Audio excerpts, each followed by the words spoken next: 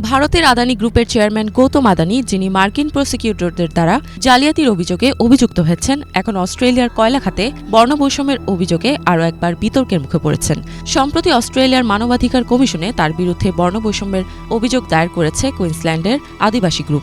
সেখানে তারা আদানির ব্রাভার্স mining and resources ইউনিটের বিরুদ্ধে গুরুতর বর্ণবৈষম্যের অভিযোগ আনে।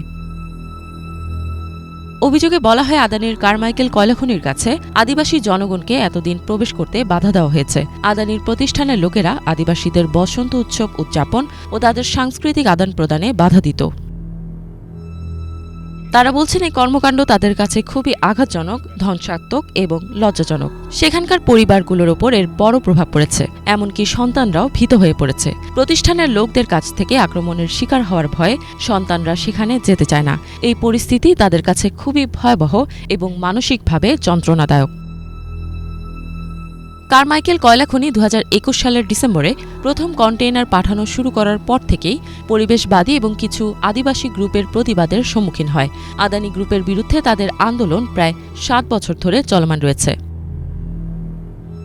এদিকে মার্কিন প্রসিকিউটরদের অভিযোগের পর গত শুক্রবার আদানি গ্রুপের শেয়ারের দাম দ্বিতীয় দিনের মতো কমে গেছে।